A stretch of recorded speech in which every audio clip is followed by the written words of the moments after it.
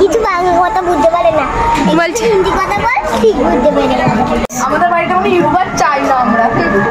तुमसे ना हो पाएगा। ছুটি করতে করতে টিভিটা দেখছে, দেখছো? Hello friends, welcome to my YouTube channel. আজকে তোমাদেরকে আমি দেখাবো আমরা কিভাবে বিরিয়ানি রান্না করি। আমরা এত চেল্লাই না ছেলেটা, আমরা মানে মঞ্জুরি আজকে বিরিয়ানি রান্না করবে, তোমাদেরকে ওটা দেখাবো কিভাবে বিরিয়ানিটা রান্না করছে। এখানে এখন পেঁয়াজ কাটা হচ্ছে। কি বললি? আমাদের বাড়িতে কোনো ইউটিউবার চাই না আমরা। এই ইউটিউবার বল। বৌদি, আজকে বিরিয়ানিটা কেন রান্না হচ্ছে? হ্যাঁ, আমার বিয়ে আবার হবে। তোমার বিয়ে আবার হবে? কবে? হ্যাঁ, আজকে রেজিস্ট্রি হয়েছে। ও, আজকে রেজিস্ট্রি হয়েছে। এই তো, এইটা তাহলে কি হয়ে গেল? হ্যাঁ বলছো ইউটিউব কিছু বলবে? বাংলা কথা বুঝতে পারছে না।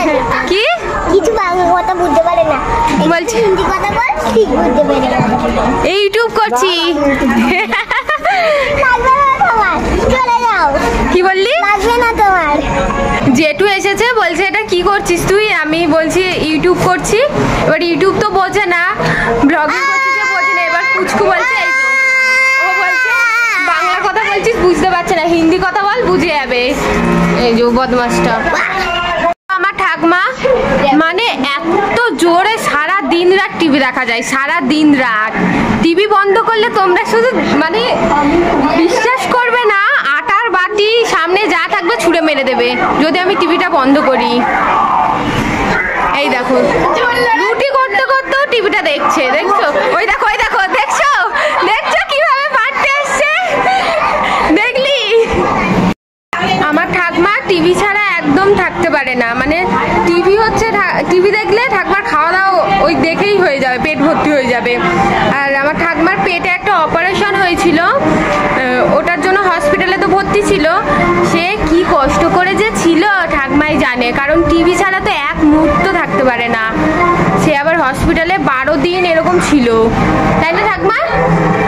টিভি ছাড়া কিভাবে ছিল বলো? কষ্ট হয়েছিল তো, হ্যাঁ? ফার্স্টে হাঁড়িটার ভিতরে ভালো করে ঘিটা মাখিয়ে নিল, তারপরে বিরিয়ানির চালটা উপর দিয়ে দিল। ঘিটা দেওয়া হয়েছে যাতে নিচে লেগে না যায়, তার উপরে হালকা করে অল্প করে নুন দেবে। এরপর আলু আর বেরেস্তা দিয়ে দিল। তারপরে এই বাটিটার মধ্যে রয়েছে দুধ, আতর আর বিরিয়ানি মশলা। তারপরে চিকেন আর গ্রেভিগুলো দিয়ে দিচ্ছে বিরিয়ানির ওপরে। এরপরে আবার বিরিয়ানির চাল তার উপরে দিয়ে দিল। যেভাবে ফার্স্ট স্টেপটা করলো সেইভাবেই পরের স্টেপটাও করতে হবে। তারপরে বসিয়ে দিল, আর হাত দিয়ে দেখতে হবে গরম হয়েছে নাকি। যখন দেখবো অনেকটাও গরম হয়ে গেছে তখন নামিয়ে দেবে হাঁড়িটা। তো চলো, আমাদের বিরিয়ানি রান্না রেডি। দেখো কত সুন্দর হয়েছে, আর খেতেও কিন্তু খুবই ভালো হয়েছে। ভিডিওটা এই পর্যন্তই। ভিডিওটা যদি ভালো লাগে একটা লাইক, কমেন্ট অ্যান্ড সাবস্ক্রাইব করে দিও। চলো tata, love you all, thanks for watching.